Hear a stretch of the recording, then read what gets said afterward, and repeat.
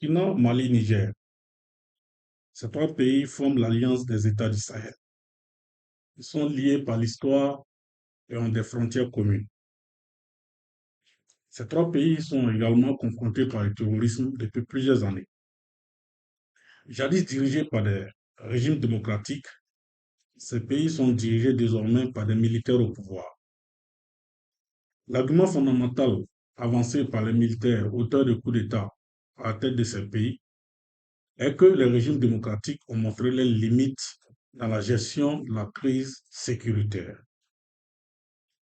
On est tout de suite tenté de se poser la question à savoir si la démocratie est incompatible avec la lutte contre l'extrémisme violent. Pour en parler ce matin, nous recevons deux invités. L'autre est journaliste, il est aussi écrivain, directeur de publication du journal L'événement, Athanas Chesboulon. Nous recevons également Dr Boukari Neguier. Il est enseignant-chercheur, analyste, spécialiste en analyse des discours. Il est aussi formateur en art oratoire. Bonsoir, monsieur. Bonjour, monsieur. Bienvenue à Faso 7. Bonjour et merci à vous pour l'invitation. Bonjour, merci de l'invitation. La première question, je m'en vais tout de suite la poser à Tania Cher-Boulon. Comme je l'ai dit à l'introduction, le Burkina, le Mali et le Niger sont confrontés au terrorisme, jadis dirigés par des régimes démocratiques. Ces États sont depuis des années maintenant dirigés par des militaires au pouvoir. Ces militaires estiment que les régimes démocratiques ont montré les limites dans la gestion de la crise sécuritaire. Quelle analyse faites-vous de cet argument? Merci bien. Je pense que ce n'est pas totalement exact. En tout cas, pour ce que je sais, et si on regarde ensemble, on fait ressortir les archives, je ne pense pas que ces régimes militaires ont fait le procès de la démocratie. Vous prenez le coup d'État au Mali depuis 2020. Souvent, les gens oublient parce que le Mali, c'est depuis 2020, même si à l'intérieur, il y a eu un autre coup d'État. Euh, C'est un procès du pouvoir de Ibrahim Boubacar Keïta. Vous prenez au Burkina, reprenez la déclaration du MPCR le 24 janvier 2022. En aucun moment on fait le procès de la démocratie, mais on parle d'échec du pouvoir de Roch-Marc Christian Kaboré à résoudre. Et je revois un peu les points de revendication qui ont été relevés aux premières heures, parce qu'il y a eu le 23 janvier, commencé par une itinéraire où ils ont dit d'arrêter de cotiser les militaires pour les opérations, de changer le patron de l'ANR. Donc, nulle part, il y a eu cette évocation de on fait le procès de la démocratie. Vous prenez au Niger, c'est Bazoum qui a échoué, on a signé des accords, ceci, cela. Donc, je pense que sur le plan aussi factuel, il faut qu'on soit juste. Par la suite, le discours a évolué. Je peux concéder avec vous. Maintenant, pour revenir à votre question de fond, est-ce que la situation sécuritaire dans laquelle nous vivons, c'est un échec de la démocratie? Moi, sur ce point, je peux dire non, ça n'a rien à voir avec le type de régime. La preuve en est que le terrorisme, c'est une forme d'insécurité, tout comme les vols à main armée, les braquages, les vols à l'arraché, la délinquance à col blanc, et ainsi de suite. Et quand vous prenez dans le monde les pays qui sont concernés ou qui sont touchés par le terrorisme, vous avez des régimes démocratiques comme vous avez des régimes qui ne sont pas démocratiques. Vous avez des royaumes comme vous avez des républiques, ainsi de suite. Donc, je crois qu'à ce niveau, le terrorisme, ce n'est pas lié à des questions de régime. Et encore une fois de plus, je ferai cette précision aussi. Euh, je suis de ceux qui pensent que la démocratie, ce n'est pas une organisation régulière et périodique des élections. Je crois que c'est ça aussi qui pose problème. C'est tout un ensemble, ce sont des indicateurs qui permettent tout simplement de constater, de considérer que nous avons des régimes démocratiques. On a toujours les regards vers les États-Unis, mais quand vous prenez les indicateurs de la démocratie, justice indépendante, presse libre, liberté d'expression, liberté de croyance, liberté d'opinion, un ensemble de textes, les États-Unis sont souvent très loin derrière des pays scandinaves tels que la Norvège, la Suède, ainsi de suite. Donc, ça aussi, c'est un premier élément. Donc, ce n'est pas parce qu'on organise des élections au Burkina, au Mali, au Niger, que forcément ces pays sont démocratiques. Parce qu'il y a des standards, il y a des indicateurs qu'il faut respecter. Je fais juste cette précision. Maintenant, pour revenir, je dis déjà que ça n'a rien à voir, la question de l'insécurité n'a rien à voir avec la démocratie. On doit se poser la question, pourquoi il y a cette insécurité? Aujourd'hui, vous prenez toutes les études, toutes les recherches, euh, tous les analystes, tous les spécialistes sur les questions sécuritaires, la question du terrorisme, c'est la faillite de nos États, c'est la question de la gouvernance. Le gros lot, c'est une question, en fait, tout simplement de faillite de l'État. Et la faillite de l'État entraîne pour effet la question de la gouvernance, où vous avez des questions de, de corruption, de raquettes, du fait que l'État n'arrive pas à asseoir sa présence, du fait que de ces éléments, il y a la faiblesse de l'autorité de l'État, parce que l'État n'arrive pas à contrôler tout ce qu'il y a comme discours religieux, discours politique, tout ce qu'il y a comme flux financier, tout ce qui est contrôle de la population en termes de radicalisation, d'extrémisme. Donc, à mon avis, je crois que faire le procès de la démocratie en rapport avec la question du terrorisme, à mon avis, en tout cas, je pense que ce n'est pas juste. Ce n'est pas juste parce que quand vous regardez tous les facteurs, aujourd'hui, les gens sont unanimes. Ce qui nous arrive aujourd'hui, ce n'est nullement une question de démocratie parce qu'on permet aux citoyens de s'exprimer, parce qu'on permet aux citoyens de choisir librement leurs dirigeants, parce que euh, tous les Burkinabés selon leur bord politique, sont libres de pouvoir s'exprimer. Ce n'est pas ça le fond du problème. Le fond du problème, c'est que les gouvernants, parce qu'ils disposent de l'appareil d'État, qu'est-ce qu'ils font de cet appareil d'État? Est-ce qu'ils travaillent pour l'intérêt général en faisant de telle sorte que chaque citoyen puisse être en sécurité, ou ils travaillent pour eux-mêmes, notamment dans les questions d'enrichissement illicite, de détournement de deniers publics, et c'est ça qui fait notre problème. Dans tous les cas, aujourd'hui, le Mali, le Burkina, j'ajouterai pas le Niger parce que le Niger, c'est plus ou moins un peu récent. Mais prenons les indicateurs et analysons. Est-ce que les Burkinabés ou les Maliens vivent plus en sécurité dans ces situations-là? Ou là, je sais pas, est-ce qu'il y a plus de sécurité? Est-ce que la situation s'est stabilisée? Est-ce que ça s'est aggravé? Est-ce qu'on recule? Je crois que chacun peut se faire son opinion à partir de son vécu quotidien. Parce que sur les questions sécuritaires, moi, je dis, ça ne sert pas de faire trop de fragilité. Chacun peut s'exprimer, chacun peut dire, mais est-ce qu'on peut quitter le point centre pour aller vers le nord? On peut quitter le point centre pour aller à l'est? Après, chacun pourra faire son opinion. Alors, docteur Nebier, j'aimerais que vous interveniez sur le dernier point relevé par Serge Long, mais bien avant, quel est votre point de vue sur le fait que les régimes militaires qui ont renversé les régimes démocratiquement élus lors de leur arrivée au pouvoir, le plus souvent, que ce soit au Burkina, au Mali, au Niger, ils ont comme argument fondamental, soit ce qu'ils disent est que les régimes qui étaient en place, démocratiquement élus, ont montré les limites dans la gestion de la crise sécuritaire. Quel est votre avis sur ça avant de vous prononcer sur le fait que est-ce que les populations sont plus en sécurité aujourd'hui avec les régimes militaires comparativement aux régimes civils? Merci. Je suis pour la première, le premier volet de la question, en lien avec les discours sur le procès sur la démocratie. Je suis tout à fait d'accord avec Boulogne. Les trois pays que vous avez cités, Mali, Niger, Burkina, quand les militaires sont arrivés au pouvoir, enfin, à ma connaissance, ils n'ont pas fait le procès de la démocratie. Ils ont plutôt estimé que les régimes qui étaient en place ont échoué. C'était le régime démocratique. Les hommes au pouvoir ont échoué. Mais ce n'est pas la démocratie qui est remise en cause. Et encore, comme il a dit, nulle part, moi, je n'ai vu un discours dès les débuts de ces régimes-là où on dit que la démocratie n'est plus le système qui devrait régir nos États. Il faut aller vers d'autres systèmes. Moi, je n'ai pas vu ces discours. Par contre, on est d'accord que les hommes qui étaient au pouvoir, euh, on a fait leur procès en estimant qu'ils ont échoué dans la lutte contre le terrorisme. Mais est-ce parce que ces hommes-là étaient arrivés au pouvoir dans des systèmes démocratiques? Donc, en faisant le procès des hommes, c'est le système, enfin, le procès de la démocratie qui est fait. Je ne crois pas que ce soit logique comme ça. Mais bien sûr, on a fait le procès des hommes et là, c'est clair et net que ceux qui étaient au pouvoir ont échoué. Mais cela ne veut pas dire que c'est la démocratie qui a échoué. Peut-être que ce sont nos hommes au pouvoir qui ont galvaudé la démocratie. Mieux ils n'étaient même pas des hommes démocratiques au sens noble du terme.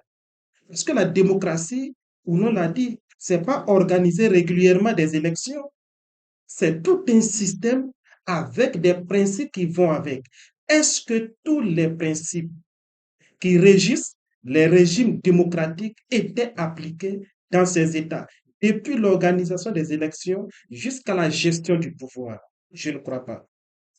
Revenons à votre question, à savoir celle de savoir si aujourd'hui les populations vivent moins les effets du terrorisme, hein, avec les États, enfin les régimes actuels, que les régimes qui ont été déboulonnés par les militaires. Il a dit, chacun peut se faire une idée en fonction de son vécu quotidien. Moi, je suis enseignant à l'université Abdoulaye Touré, c'est à l'est de Burkina Faso. Je constate que aujourd'hui, par rapport à la situation que nous vivions il y a 3 ans, il y a 4, il y a 5 ans, il y a nettement de l'amélioration. Mais cela dit, je ne fais pas partie de ceux-là qui voient le verre à moitié plein ou à moitié vide. Et je le disais ailleurs, il y a quelques jours de cela, même au Burkina Faso, pendant que dans certaines régions, on arrive à contenir la situation, à stabiliser la situation, à reloger des populations. Dans d'autres parties du Burkina, la situation est difficilement maîtrisable. Et donc, de ce point de vue-là, j'estime que la situation est en train d'être mieux contrôlée, même s'il faut reconnaître que ce n'est pas sur toute l'étendue du territoire d'abord. Et c'est pour cela que les défis à relever sont encore énormes et il faut travailler à cela. Bon, si bien la démocratie ne consiste pas seulement à organiser les élections, où l'on aussi le dit, mais on sait que l'une des caractéristiques fondamentales de la démocratie, c'est le type du choix des dirigeants. Comment est-ce qu'on choisit les dirigeants? C'est par des élections. Tout à fait. Voilà.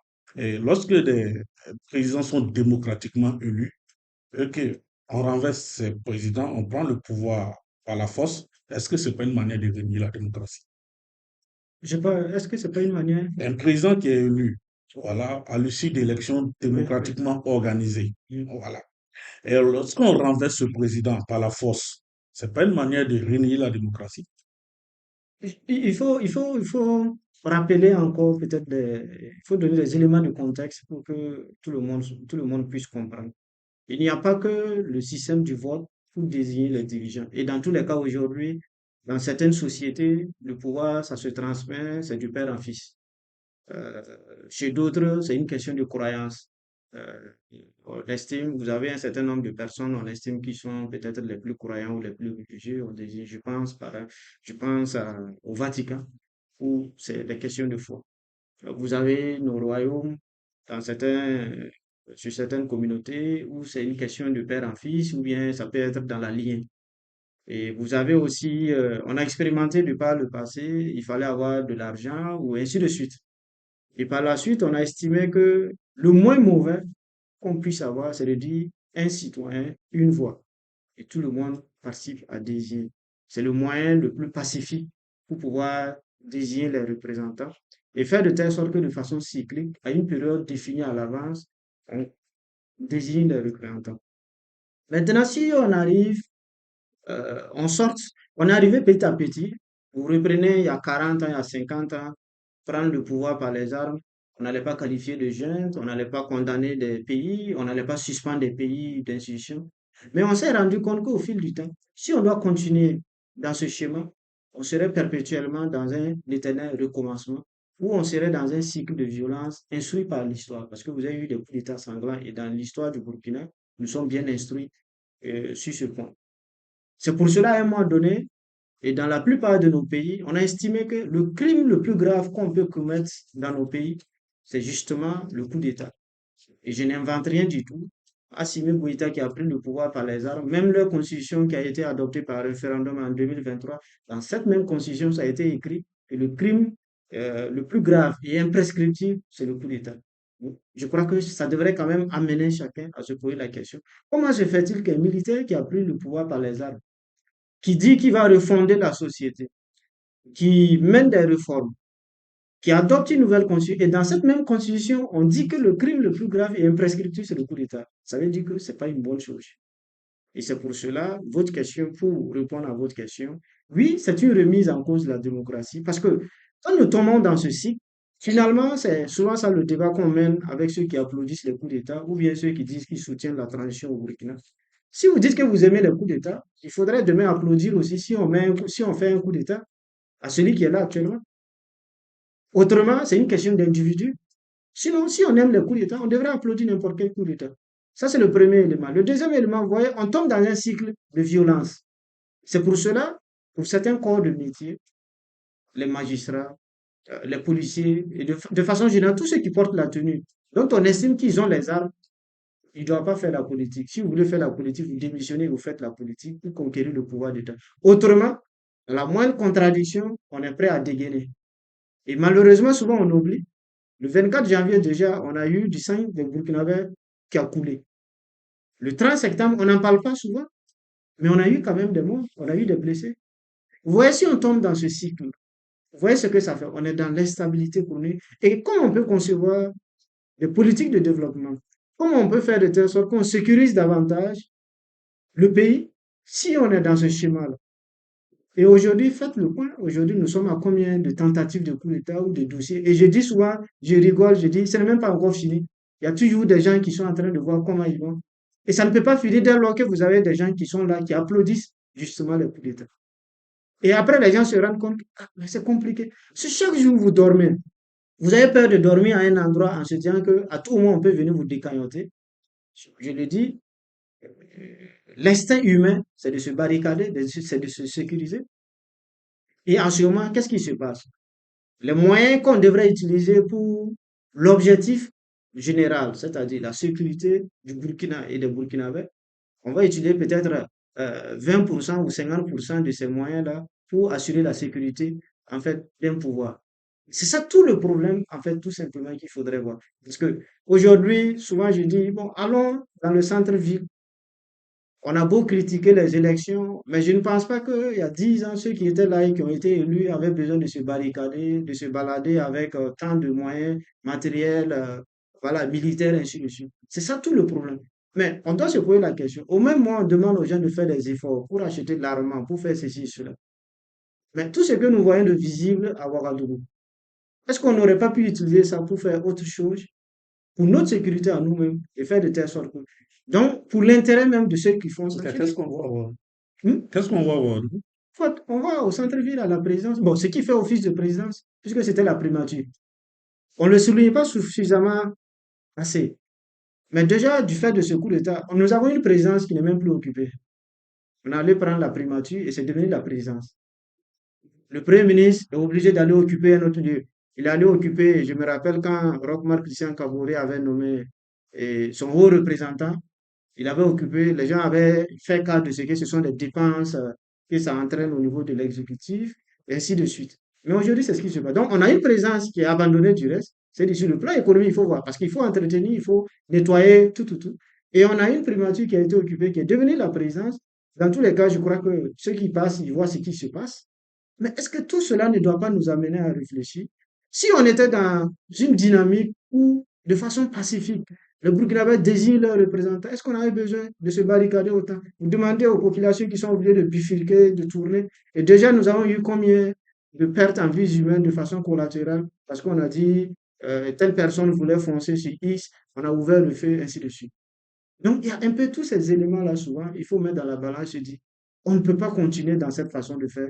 Et surtout, un pays, on ne peut pas être là, chaque 3 mois ou 6 mois, on dit qu'on a déjoué ceci. Et chaque fois, on prend des mesures. Les Burkinabés se divisent davantage. Mais on ne se demande pas les conséquences de cette situation au niveau de l'appareil sécuritaire ou de l'appareil de défense. Parce que ça crée des divisions. Vous avez des gens, peut-être, des promotionnaires qui ne se parlent même plus à cause de cette affaire. Vous avez des gens qui ont quitté le pays. Vous avez des gens qu'on a enfermés. Qu'est-ce que le pays gagne dans tout ça? Je crois que c'est ça aussi, souvent, on doit pouvoir peut-être se regarder dans la face. Moi, dans tous les cas, ce qui est fait est fait. Il faut faire de telle sorte qu'on sorte rapidement de cette situation. Et la meilleure façon de sortir, organiser les élections. Ceux qui estiment, même ceux qui ont pris le pouvoir, et dans tous les cas, lors des assises, ça a été décidé. Si les gens estiment qu'ils ont la carapace, ils ont l'intelligence nécessaire, ils ont le contenu pour diriger le pays. Il n'y a aucun problème. Les textes, vous démissionnez, vous présentez et vous allez être élu, vous allez diriger le pays. Au bout de 5 ans, vous remettez votre mandat en jeu et ainsi de suite. Autrement, même pour ceux qui sont là, c'est source d'insécurité pour eux-mêmes, c'est source d'insécurité pour le pays et finalement, on stagne, sinon qu'on s'enfonce inutilement. Après les dire, pensez-vous que ça marche? Est-ce que ça marche vraiment? Ces états d'exception, ces régimes militaires qui sont à la tête de nos États depuis un bout de temps, particulièrement au Burkina Faso, pensez-vous qu'il y a vraiment des résultats en ce qui concerne la lutte contre l'extrémisme violent? Est-ce qu'il y a des résultats encourageants comparativement euh, au régime démocratique qui est en place? Bien sûr, vous savez, moi j'ai dit, quand on veut analyser la question, il faut la faire avec beaucoup de froideur. On sait qu'aujourd'hui, la situation est très difficile, je l'ai dit, mais on ne peut pas refuser le fait qu'il y ait assez de résultats. L'arbre ne saurait cacher la forêt, dit le proverbe. Vous savez, quand vous libérez 5 villages, 10 villages, vous réinstallez 20 villages, et en même temps, il y a un village qui se vide, évidemment, le village qui s'est vidé là va plus retenir l'attention des gens que les 20 villages que vous avez réinstallés. Et tant que on va se lever chaque matin et qu'il y a un seul Burkinabé qui n'est pas encore capable d'aller chez lui, on dira toujours qu'il y a un défi à relever. De ce point de vue-là, on ne peut pas dire que tout est rose. Mais dénier qu'il n'y a pas de résultat, ce n'est pas juste. Voyez-vous au Burkina, je prends le cas de Combri, il y a quelques mois de cela.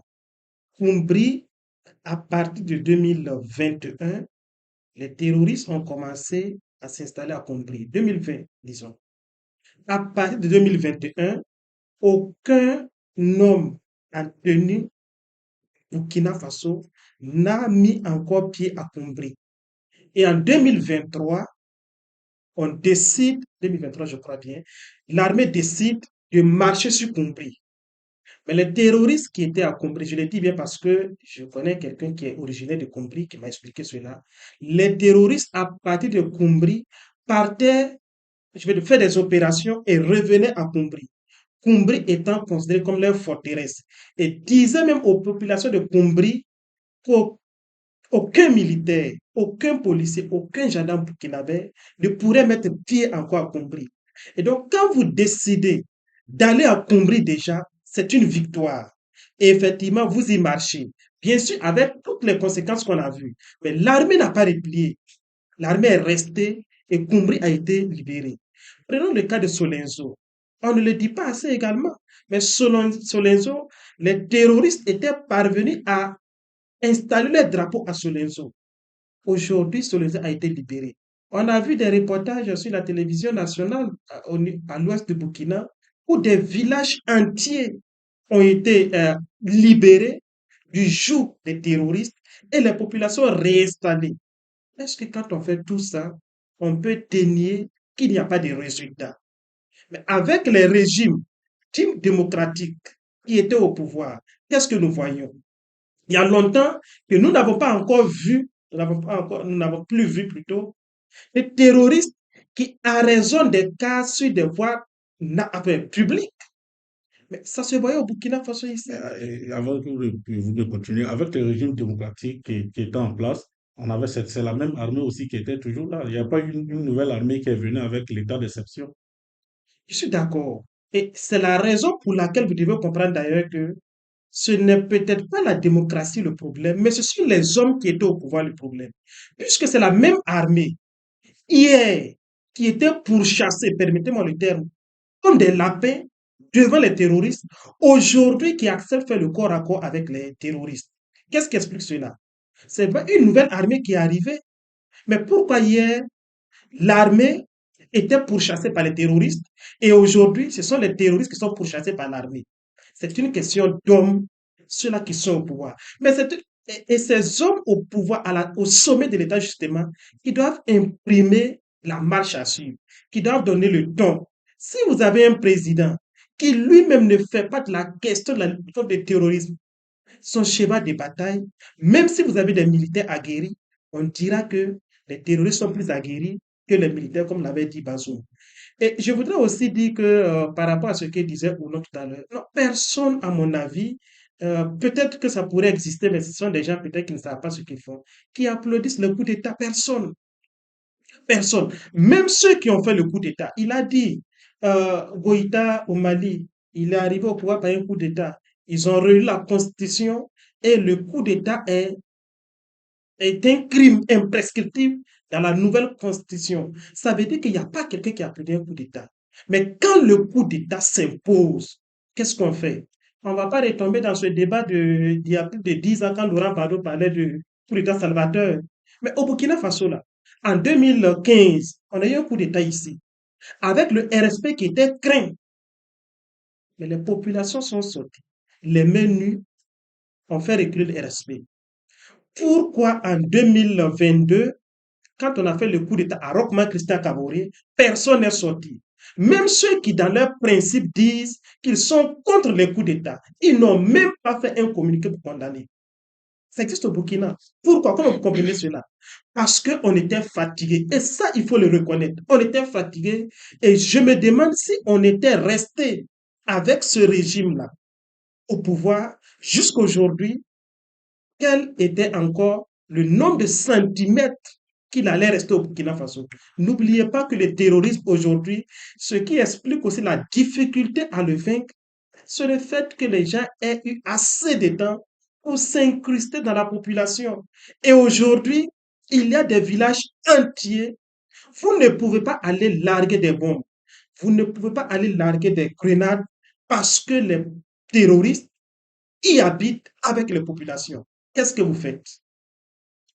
Alors, vous êtes tous les deux unanimes que les régimes d'exception actuellement à la tête de nos États n'ont pas fait le procès de la démocratie. Vous êtes unanimes là-dessus. Ils ont fait le procès des hommes qui étaient à la tête de nos États. OK. Est-ce que, selon vous, ça c'est une question directe que je vous pose à vous deux, selon vous, est-ce que la démocratie est incompatible avec la lutte contre les extrémismes violents? Ok, merci bien. Avant de répondre à votre question, bon, je vois que nos chemins vont se séparer maintenant parce que il y a des éléments factuels que les billets donnés, je suis pas, c'est pas totalement exact. D'accord. Il parle de population réinstallée depuis l'avènement de, si j'ai bien compris son idée, ce n'est pas juste. Moi, je me rappelle, même sous Rochmar Christian Kabura nous a dit le nombre de PDI, de personnes déplacées en train de diminuer. On a même publié, on nous a même fait des annonces pour dire qu'on a réinstallé des localités. Je prends rien que Ouagadougou. Souvent, je dis, on ne peut pas dire, et le deuxième aspect, quand il dit, on avait l'impression que ce sont les terroristes qui pourchassaient notre armée. Comme des lapins. C'est pas totalement juste, mais je pense que c'est pas exact. À la limite, c'est faire injure, vous l'avez relancé, c'est la même armée, ce sont les mêmes militaires, c'est pas des extraterrestres. Ces mêmes militaires faisaient des performances sous Rochmar Christian Kaboré. Depuis le 4 avril 2015, quand ça a commencé, il y a eu des groupes qui ont été démantelés. Il y a eu des gens qui ont été interpellés. Souvent, on ne réalise pas. À Ouagadougou, nous sommes en 2024. La dernière attaque à Ouagadougou, c'était en 2018. Ça fait quoi? Je crois que ça fait euh, 5 ans. 5 ans qu'il n'y a pas eu d'attaque terroriste sur le sol ouagalais. Mais les gens doivent se poser des questions. Est-ce que vous pensez que les gens n'essayent pas? Ils essayent. Qu'est-ce que ça vous dit l'opération antiterroriste à Rayongo? On a démantelé. Et même récemment, le ministère a fait un communiqué pour dire qu'on a interpellé quelques personnes, une dizaine de personnes à Ouagadougou. Donc c'est pour dire que de tout temps, depuis Rochmar Christian Kaboré, Damiba, il y a eu des actions positives qui ont été. La prison de haute sécurité, on a tenté d'attaquer, les gens ont déjoué. Donc il y a des actions qui étaient posées. De la même manière, il dit de garder cette froideur pour analyser. Je pense qu'il ne faut pas perdre, faut pas s'acharner sur des régimes. Il faut rester lucide, comme au début il est, et puis reconnaître qu'il y avait des éléments positifs qui étaient faits. Tout comme aujourd'hui, on nous montre des éléments positifs. Comme il a dit, il ne viendra pas à l'esprit d'un Burkinabé de dire aujourd'hui que les gens ne font pas l'effort, on ne sent pas la volonté, on fait. Personne ne dira ça. Personne ne peut nier que ça et là, il y a des actions positives. La question qu'on doit se poser, c'est victoires, ça et là. Est-ce que ce sont des victoires, comme on le dit dans le foot, décisives pour remporter la victoire finale contre le terrorisme. C'est ça la question qu'on devrait se poser. Et lui-même, il le dit. Pendant qu'on réinstalle, il y a des gens qui partent. Qu'est-ce qu'on fait? Je crois que c'est ça le problème de fond qu'il faudrait aussi peut-être avoir à l'esprit. Donc, ce sont des éléments factuels. Je voulais qu'on garde la mesure, comme il a dit. Et je suis juste, il faut essayer d'être assez lucide et reconnaître que ça et là, des Burkinabés, en tout temps et à tout moment, des régimes même les plus voués comment on dit ça, à leur perte ou quoi, qu'on reconnaisse qu'il y a eu des actions positives qui ont été menées. Maintenant, pour revenir à votre question sur le fait que est-ce que c'est incompatible, je dis non, ça n'a absolument rien à voir. Bien au contraire, moi je suis de ceux qui pensent que c'est dans les régimes démocratiques qu'on arrive à venir à bout de la question du terrorisme. Parce que si on veut tout sacrifier au nom de la lutte contre le terrorisme, on va tout perdre inutilement. Et c'est pour cela que je dis, même les pays où on verrouille tout, il y a toujours des actions terroristes qui se posent et on doit pouvoir se poser des questions. Donc je crois que le travail, le devoir de tout un chacun, c'est de faire de telle sorte qu'on puisse construire un État sur des bases assez claires, on sait comment fonctionnent les institutions, on connaît le rôle de tout un chacun, et qu'il y ait surtout la transparence, qu'il y ait la reddition des comptes. Vous voyez, à chaque fois qu'on parle des attaques terroristes, je ne sais pas pourquoi souvent on ne pose pas ce genre de questions. Chaque fois qu'il y a une attaque, on doit pouvoir se poser des questions. Comment se fait-il qu'en 2024, on continue à perdre autant d'hommes, on continue à perdre des villages? Chez les militaires, il y a ce qu'ils appellent le retour d'expérience. Qu'est-ce que nous en avons fait? Est-ce qu'on a tiré les leçons de ce qui s'est passé en 2016, en 2017? Je crois que chacun aussi doit pouvoir se regarder dans la classe et on doit pouvoir se poser des questions. On doit aussi se demander, mais comment se fait-il que aujourd'hui on a des Burkinabés qui sont complices, qui s'engagent? Rappelez-vous, 2016, 2017, on nous a dit ce sont des gens qui viennent d'ailleurs. 2018, 2019, on dit ce sont quelques Burkinabés. 2022, même sous des pouvoirs, vous rappelez-vous du portrait des terroristes fait par l'ancien Premier ministre Albert Ouedraogo. Les terroristes, majoritairement, essentiellement, ce sont des Burkinabés. Mais comment se fait-il que nous quittions de la phase où on pensait, où ça a été documenté, que ce sont des gens qui sont venus d'ailleurs, où vous avez des Burkinabés qui sont allés ailleurs se former et revenir. Rappelez-vous des premiers, quand il y a eu l'enlèvement du Roumain le 4 avril 2015, il y a eu l'attaque de Samourougan. Ça a été documenté. Ce sont des Burkinabés et d'autres qui sont venus. Aujourd'hui, le Burkina est devenu une terre de repli. On voit nos frères nigériens qui disent qu'à Tilaberi, les gens sont venus du Burkina attaquer et puis repartir. Ça, ce sont des éléments factuels qui sont. On doit pouvoir aussi se poser ces questions-là. Comment se fait-il? Donc, après, qu'on se regarde dans la glace et qu'on se dise que ça n'a absolument rien à voir avec des histoires de régime. Mais comme il a dit, oui, ce sont des hommes et des femmes qui dirigent le pays. Et la question, est-ce que ces hommes et ces femmes, malgré les coups d'État, ils travaillent pour l'intérêt général ou ils travaillent pour des intérêts claniques ou des intérêts de groupe? Et je crois que ce sont ces questions aussi, on doit pouvoir avoir la froideur et répondre avec des éléments factuels à l'appui. Captain Olivier, Oui, réaction sur ce que vient de dire Oulon et votre point de vue sur la compatibilité de la démocratie avec la lutte contre l'extrémisme violent. d'abord, la réaction sur ce qu'il vient de dire. Mais non, je crois que Oulon, quand vous dites vous n'êtes pas d'accord parce qu'il y a des éléments factuels, je dirais aussi que je ne suis pas d'accord avec vous. Aujourd'hui, vous dites que ce n'est pas vrai quand j'ai dit qu'il y a des villas qui sont réinstallés. Non, non, j'ai pas dit cela. Non, non, non. C'est pas ce que tu n'as pas dit. J'ai dit, puisque vous avez dit que avant il n'y en avait pas. Non, Bon, donc on s'est pas je compris. n'ai pas dit qu'avant on ne réinstallait pas de villages. Ah, ok. Je n'ai Donc, jamais dit ça. ok, J'ai dit qu'on réinstalle des villages aujourd'hui, ok, assez de villages d'ailleurs. ok. Donc, je crois que j'ai martelé qui Ok, viendra pas à l'esprit d'un Burkinabé aujourd'hui oui. et dit qu'il n'y a pas d'action positive. Je crois qu'on est tous témoins. Et Voilà. du j'ai dit que ça et là, il y a des victoires D'accord. et on doit pouvoir mettre ces victoires ensemble et se dire, comme dans le football, j'ai même utilisé cette image. Est-ce que ça conçut des victoires décisives pour remporter la J'en viens victoire finale? d'ailleurs. Voilà. Donc, je crois que, D'accord. voilà, il faut qu'on soit clair sur ça. Oui. Nullement, il y a Voilà. de contestation. D'accord. Voilà. J'ai juste rappelé que des régimes passés, sous Rochmar Christian, on réinstallait des villages, il y a des PDI qui retournaient dans leur localité. Mais la question de fond demeura toujours, comme vous-même vous l'avez reconnu, pendant qu'on réinstalle et que des gens partent, on doit se poser un certain nombre de questions. D'accord. Voilà. Merci donc. J'ai dit, on est d'accord, il y a des villages qui sont réinstallés aujourd'hui Il y a des villas qui se réinstallaient avant, mais peut-être la différence, c'est qu'aujourd'hui, les villas qui sont réinstallées sont plus nombreuses. Les zones qui sont libérées sont plus nombreuses que les zones qui étaient libérées sous le régime dit démocratique. Ça, Ok, c'est le premier permettez-moi, je aspect. vais juste poser une question. Faut Non, le je laisser veux- terminer. Non, Faut le non, laisser c'est juste terminer. ça. Je veux juste poser une question. je Je vais, veux juste Non, poser il une faut le question. laisser je terminer. vais Ok, finir. allez-y. Deuxième aspect, oui, j'ai bel et bien dit ici que sous le régime dit démocratique, celui des MPP d'ailleurs, les militaires étaient pourchassés. Et ça, tout le monde le sait. Notre armée là, on est arrivé à un moment où nous-mêmes nous demandions, le Burkina se demandait, est-ce que véritablement nous avons une armée? Et ça, au Burkina Faso, personne qui accepte faire de l'analyse de façon froide ne peut le nier. Et aujourd'hui, cette armée en qui nous avions perdu confiance là, on a confiance en cette armée aujourd'hui parce que je l'ai dit, avant, même la défensive, il n'y avait pas. Aujourd'hui, c'est notre armée qui va à l'offensive. Qu'est-ce qui peut expliquer cela? C'est la même armée, comme vous l'avez dit. Si c'est la même armée qui n'acceptait pas aller au corps à corps, aujourd'hui qui y va, il faut reconnaître qu'il y a une dynamique qui vient du sommet de l'État. Euh, pour la question sur à savoir est-ce que les régimes démocratiques sont compatibles avec la lutte contre le terrorisme, on a dit tout à l'heure, puisque les autorités qui sont en place n'ont pas fait le procès de la démocratie. Et jusqu'à présent, nous ne sommes pas dans un état d'exception au Burkina Faso. Ah bon? Ah non, nous ne sommes pas dans un état d'exception. Est-ce Quel est que le type de régime dans lequel nous sommes actuellement? nous sommes en démocratie? En démocratie? Nous sommes en démocratie. Je ne crois pas que Avec Attends, une charte de la transition. laisse-moi terminer. avec une charte de la transition, Laisse-moi terminer. avec une charte de la transition Mm. qui est arrimée Mm. à la Constitution.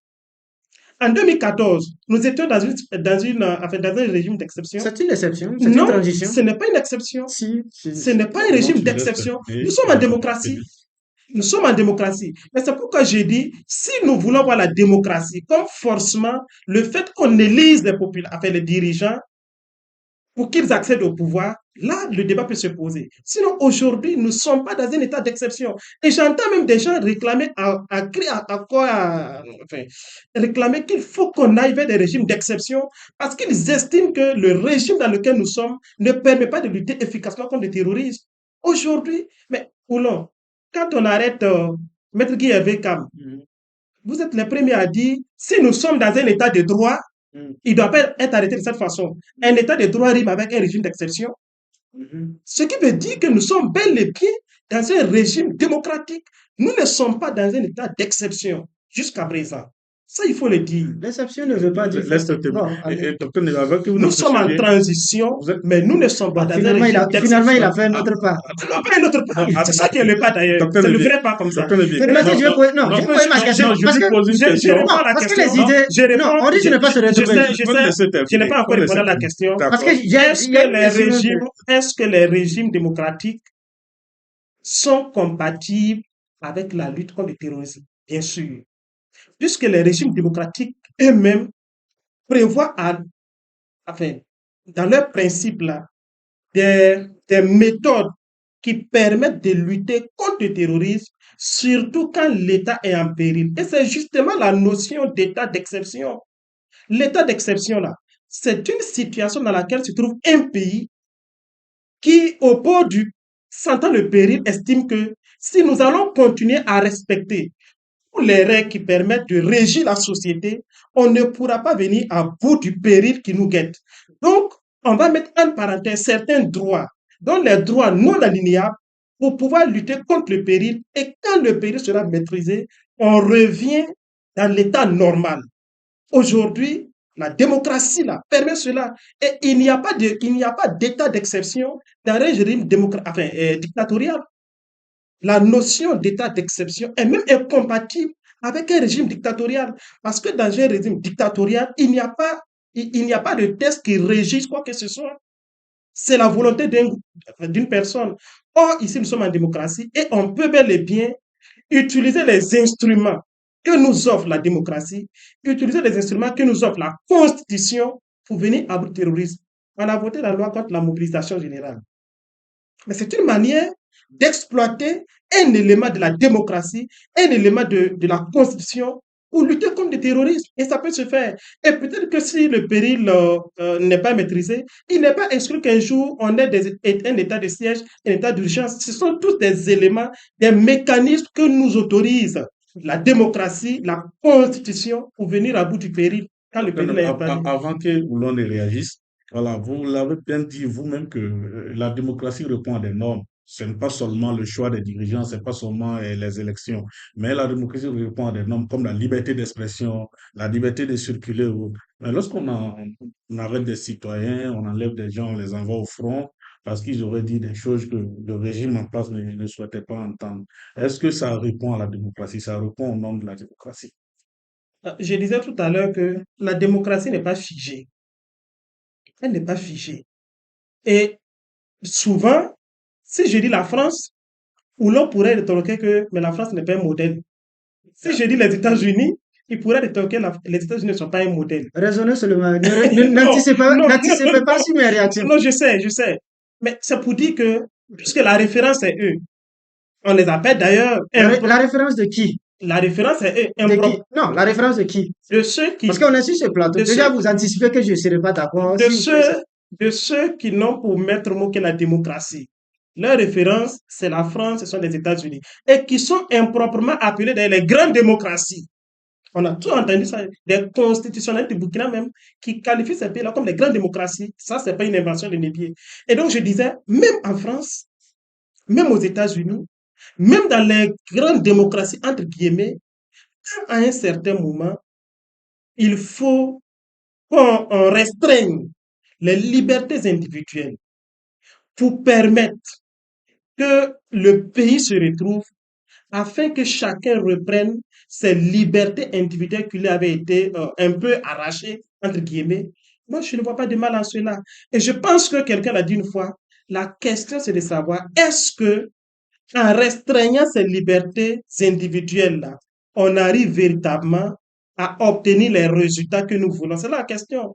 Et donc, moi, aujourd'hui, toutes les mesures que les autorités estiment efficaces pour lutter contre le terrorisme, parce que c'est le plus grand mal aujourd'hui, moi, je pense que si cela n'empêche pas quelqu'un véritablement de vivre, parce que le premier droit, comme l'avait dit Norbert Zongo, c'est le droit à la vie.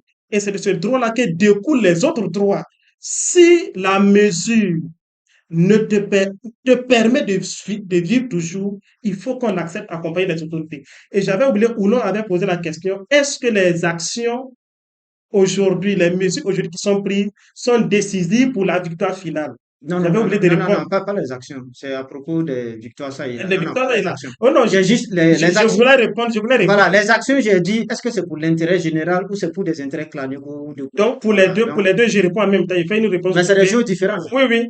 Les actions aujourd'hui qui sont menées au nom d'intérêt général. Ok. Moi, je ne crois pas on arrête quelqu'un. Et moi, jusqu'à présent, je refuse qu'on m'oblige à rentrer dans un moule. Je ne parle pas d'enlèvement. Personne. Je ne parle pas d'enlèvement. Moi, je parle d'arrestation illégale. Donc, Un enlèvement, Merci, mais Martin. un État n'enlève pas un individu. Il faut qu'on arrête. Les, d'autres nous ont mis cela en tête. Il a été enlevé. Oh, vous savez où il est. Vous dites que c'est l'État, même qu'il a été enlevé. Il a été arrêté de façon illégale. Et ça, on est d'accord. Parce qu'encore une fois, selon la Constitution, il y a des mécanismes pour interpeller un individu. Et quand cela n'est pas respecté, c'est illégal. Ce n'est pas un enlèvement. Donc, les actions qui sont menées aujourd'hui sont faites, sont menées au nom de l'intérêt général. Premier aspect.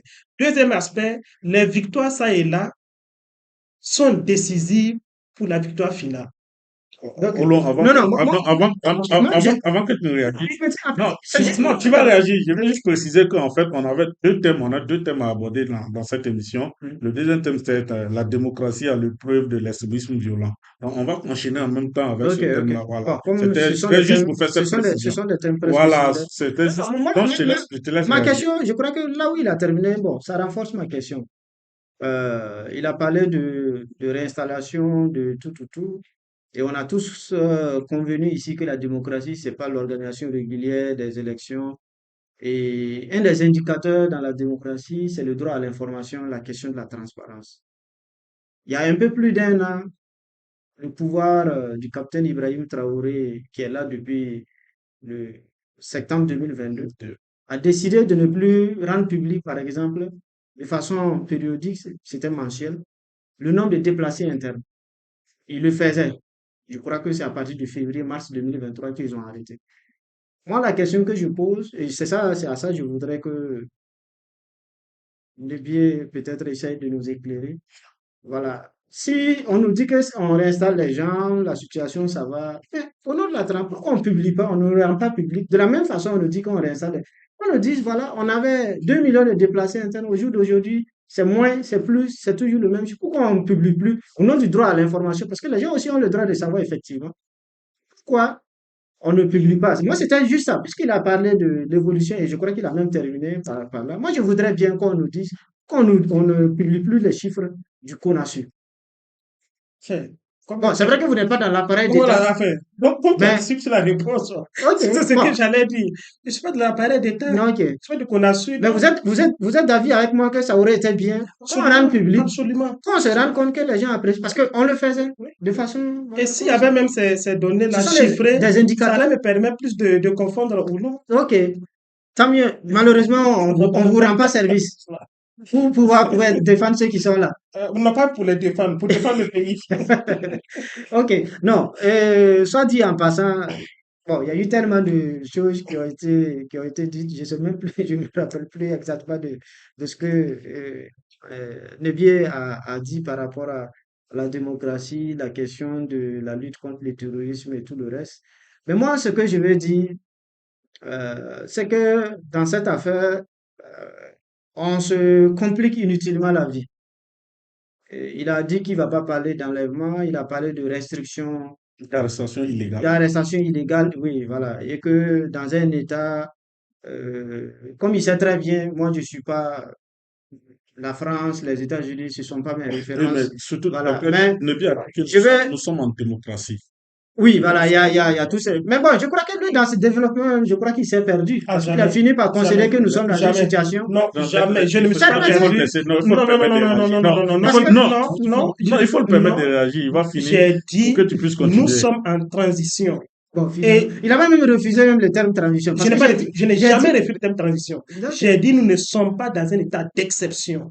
Nous sommes en démocratie, mhm. même si actuellement c'est une transition qui est en cours au Burkina Mais vous Faso. avez fait un développement pour dire que la Constitution même prévoit des périodes quand la nation est en péril. C'est bien Oui, ça. oui. Donc nous sommes en situation d'exception, c'est ça? Nous ne sommes En pas, utilisant les instruments de la démocratie. nous ne sommes pas Il en faut, période d'exception d'abord. il faut Ah, laisser les gens terminer. ok.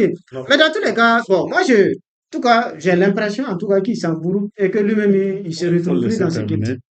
Ce que moi je vais dire, il y a une confusion. Bon, je sais que Nebi est suffisamment intelligent et dans tous les cas, ceux qui font des discours pour soutenir la transition, il fait partie de ceux que j'apprécie. Pas parce qu'il est sur le plateau, parce qu'au moins il argumente, il n'insulte pas, il menace pas, il n'injure pas, parce qu'il y a de l'argumentation. Et pour ça, c'est pas parce qu'il est là, souvent dans d'autres lieux, je le prends en exemple, je dis, on peut défendre sans insulter, sans diffamer, ainsi de suite. C'est soit dit en passant. Mais ce que moi je veux dire, il y a une confusion entre les restrictions et l'arbitraire et l'abus. Ce qu'il a dit, ce que nous vivons, il y a un peu de tout cela. Comme il a dit, et je ne l'apprends rien du tout, il y a des Burkinabés, effectivement, qui ont été réquisitionnés. On a signé des notes, on les a réquisitionnés. On peut discuter de la forme. Mais si on est dans les restrictions et les mêmes textes que nous avons prévus, même la loi sur la mobilisation générale, cette même loi, prenez cette loi, elle prévoit la défense, la promotion des droits de l'homme. Et quand on vous réquisitionne, et la réquisition, il est ancien, il le sait. Sous d'autres pouvoirs, on a réquisitionné des agents de santé, des enseignants qui contestent en justice. Mais on a dans notre cas, Louré a été réquisitionné, on allait le chercher dans un centre de santé parce qu'il demandait de respecter la forme. On a Bassirou Badio et Rasmane Zinaba, ils ont contesté, ils ont eu gain de cause, on les a amenés de force. Ce ne sont pas des restrictions, cher ami Nebiel. Ça, c'est un abus. Et je crois qu'il faut avoir l'honnêteté de reconnaître. Et je sais qu'il y a certains qui ont été réquisitionnés en bonne et due, il n'y a aucun problème. Mais vous avez à côté de ceux-là, des gens qui ont disparu, qui dit arrestation illégale, arbitraire, qu'on a, qui ont disparu. Les familles ne savent pas où ils sont. Les avocats ne savent pas où ils sont. On ne sait pas ce qu'on leur reproche. Est-ce qu'ils sont au front? Est-ce qu'ils ont gardé quelque part dans Ouagadougou ou au Burkina? Ces cas aussi existent. Anselme Kambou, malgré qu'il y a une décision de justice, on ne sait pas, sa famille ne sait pas. L'ancien patron de la gendarmerie. Vous avez bien d'autres. Oui, leur famille ne sait pas où ils sont. Je crois que c'est une réalité aussi. Parce que même quand il y a restriction, on doit être en mesure de pouvoir suivre les normes. C'est pour cela même la charte de la transition qui a été adoptée récemment. Le respect des droits humains figure en bonne et due forme. La loi sur la mobilisation générale, les gens souvent y parlent, mais ils lisent pas. Reprenons la loi et lisons. Ne bien c'est de quoi je parle. C'est bien prévu, il faut respecter. Donc, faut pas faire de confusion. Et sur les restrictions, oui, on est tous d'accord, on peut restreindre parce qu'il y a péril en la demeure. En la demeure. Mais faut pas faire d'abus, faut pas faire d'arbitraire. Faut pas donner l'impression, comme vous-même vous l'avez dit, que c'est parce que on critique la gestion du pouvoir qu'on envoie les gens au front comme si c'était la punition. Parce que n'oubliez pas que le terrain, qu'est-ce qui s'est passé? Les gens du Sahel, là où ça a commencé, on nous a toujours dit, et lui-même il est enseignant, il est fonctionnaire, il sait, quand on a fait quelqu'un, par exemple, dans la gnagna profonde, comme on le dit, on pense que c'est une sanction. Peut-être que Nebié qui est à l'Est, il se bat peut-être pour venir avoir. Bon, je ne sais pas si c'est vrai. Bon, je m'excuse. Quand quelqu'un on l'infecte à Gorom Gorom, on estime que c'est une punition. Les gens même ont dit qu'ils vont construire des prisons à Gorom Gorom. Mais quand on met ça dans la tête des gens, quand aller au front, ce n'est pas défendre la patrie, on ne va pas avec fierté et que c'est une sanction. Vous voyez ce que ça fait? Il faut sortir de cette façon de faire. C'est pour cela, quand les gens parlent, comme ils disent, les Houlons l'avons dit, c'est état de droit. Oui, Maître Kam a été arrêté. Vous avez suivi toute la bataille de ses confrères. Mais au nom de quoi? Si on arrête quelqu'un, qu'on dit, les gens, et chaque fois, je me rappelle des propos, la lettre de l'épouse du colonel, du lieutenant-colonel Evra Somda. Il a bel et bien dit, nul n'est au-dessus de la loi. Mais au moins, on vit, on enlève quelqu'un devant sa femme et ses enfants. On cherche, on ne sait pas où il est. Le minimum quand même. On nous dit, voilà, il est détenu ici, voilà, on le poursuit pour ça. Mais Mais on ne le fait pas. le procureur militaire, finalement, Dans le cas de Somda, ça n'a pas été précisé. On a parlé plutôt de Metcalf, où on a tenté une régularisation. Mais du 24 janvier à 23 heures jusqu'au 28 mai, qu'est-ce qui s'est passé? Où il était? Pourquoi on l'avait détenu? Mais vous voyez, en fait, l'autre élément qu'on ne dit pas suffisamment, vous voyez, le Burkina, on est passé par plusieurs choses. Tout ce qui se fait, tôt ou tard, c'est nous encore, nous allons payer toutes ces personnes-là. On va les payer de l'argent, on va les dédommager. Si vous voulez, dans tous les cas d'émission, là, vous gardez. 87, on a eu ces histoires. On est venu réhabiliter les gens, leur payer des centaines de millions par notre propre faute, parce que des gens ont eu gain de cause, on n'a pas voulu respecter. Après, on va poursuivre l'État. Vous voyez ce que ça fait? Ça nous met en retard. Et c'est ça, moi, souvent, ça me chagrine. Parce qu'en 2024, on devrait quand même non seulement tirer leçon de ce qui s'est passé dans ce pays-là, mais au moins essayer d'être à la hauteur des défis continentaux. On parle du panafricanisme. Je suis désolé qu'on soit en 2024 en train de crier un individu, vous et moi, qui a une tête, comme on dit, qui a deux yeux. Et on crie, on pense que c'est le Messie. On n'a jamais vu ça. Pendant que des gens vont sur la Lune. Nous-mêmes, on n'a même pas une bonne. Chaque fois, on a des histoires, on a ces défis. On a toujours des enfants burkinabés qui n'arrivent pas à aller à l'école. Et nous, on est dans ces petits débats. Ça, ces aspects, ça me chagrine et que nous soyons toujours. Et des gens veulent défendre ça. Ça, je ne comprends pas. Parce qu'il faut faire de telle sorte quand même que nous soyons à la hauteur des défis. Qu'on se dise, ce que les gens ont voulu faire il y a 60 ans, ils n'ont pas pu. Il faut qu'on arrive à le faire. Mais on ne pourra pas le faire si on est dans des débats claniques. On est dans des débats de groupe. Et c'est ça qui nous met en retard et les gens se moquent de nous. Nous sommes la risée du monde. et qu'on doit aller de l'avant. Tenez bien. Et même si vous dites que nous sommes en démocratie, est-ce que vous reconnaissez au moins que notre démocratie a des lacunes? Il n'y a pas de démocratie parfaite. Non, il y a une question qui vient. D'accord. Si c'est le cas, que faut-il faire selon vous? Vous proposez quoi pour qu'il y ait un changement? Ce que nous nous proposons, ce que je propose, je dis nous parce que dans d'autres structures, on a réfléchi, on y réfléchit d'ailleurs, c'est de faire en sorte que quand nous allons sortir de cette phase de transition-là, avec, en ayant recouvré la totalité de notre territoire, en ayant, Avant de sortir de la transition, parce que vous dites actuellement que nous sommes en démocratie. oui, Voilà. Pourtant, on constate que la démocratie actuellement, que ce soit au Burkina, au Mali, au Niger, la démocratie en tout cas fait face à une rue de près. Voilà. Même si la démocratie ne consiste pas seulement à aller faire des élections pour élire des dirigeants, il y a des mécanismes vraiment qui se mettent ensemble pour former vraiment ce système de gouvernance-là. Mais, où l'on l'a relevé, vous-même vous l'avez dit, les arrestations illégales, c'est-à-dire qui ne sont pas normales, qui ne doivent pas se faire. Voilà. Que faut-il faire pour mettre fin à tout ça? Pour que nous, voilà, on ait une démocratie quand même un peu enviable. Mais ce qu'il faut pour que tout cela soit arrêté, c'est la fin de la guerre. Mais vous allez trouver que je fuis la question. Je ne fuis pas la question arrêtée.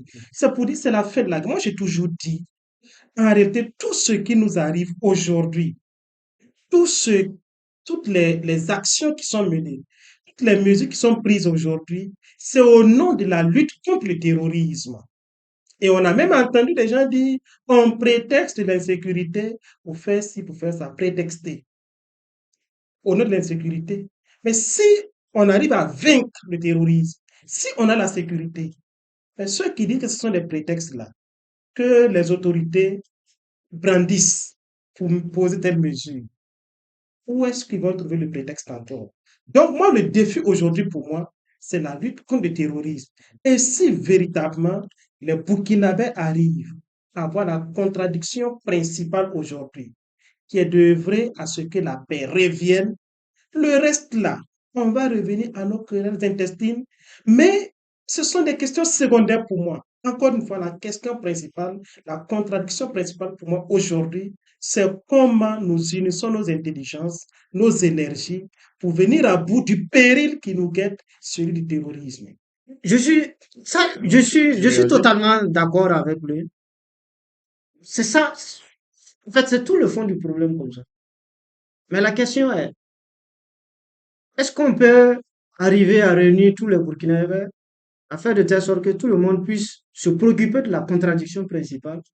Quand vous avez des Burkinabés, ont le sentiment qu'ils subissent l'injustice.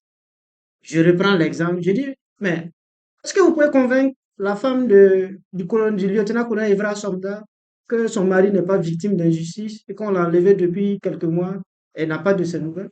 Je peux citer plein d'autres exemples. C'est ça tout le problème. C'est pour cela, la responsabilité incombe aux dirigeants d'éviter de prêter le flanc et de créer les conditions de la division. C'est pour cela la boussole, on est tous d'accord, c'est l'intérêt supérieur du Burkina et des Burkinabés. Tout ce qui est arbitraire, abus de pouvoir, il faut éviter les règlements de compte, l'envie d'humilier, il faut éviter ça.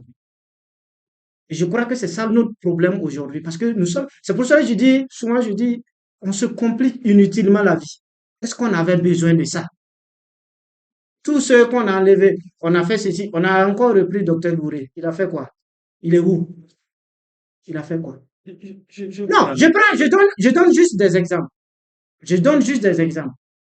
Le commandant Ismaël Touroubou qu'on a tué, il a fait quoi? Ses parents ont le droit de savoir. Entre autres. C'est-à-dire, on se complique inutilement la vie. Or, on aurait pu, comme il a dit, et là, tout le monde est d'accord sur ça. On rassemble tout le monde. Mais on a créé, moi, je ne peux pas être là.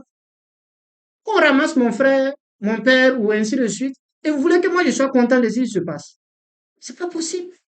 Que Nebien lui-même se mette à la place de ceux qui ont fait ça. Et qui ont fait ça? Est-ce qu'il sera fier de ça? Il y a des Burkinabés qui sont enfermés, qui perdent leur femme. On refuse même que ces personnes partent assister aux inhumations. Quelle humanité! Et vous vous attendez à ce que les parents de ces Burkinabés, leurs frères et ainsi de suite, se réjouissent? C'est ça, en fait, la réalité du C'est ça, la réalité du problème. Ce que moi, je voulais dire, Oulon a posé un tas de questions. Et dans ces questions-là, qu'est-ce qu'ils ont fait? Qu'est-ce qu'ils ont fait? Mais je pense que il y a quelque chose qui est ressorti dedans. Leurs parents ont besoin de savoir ce qu'ils ont fait.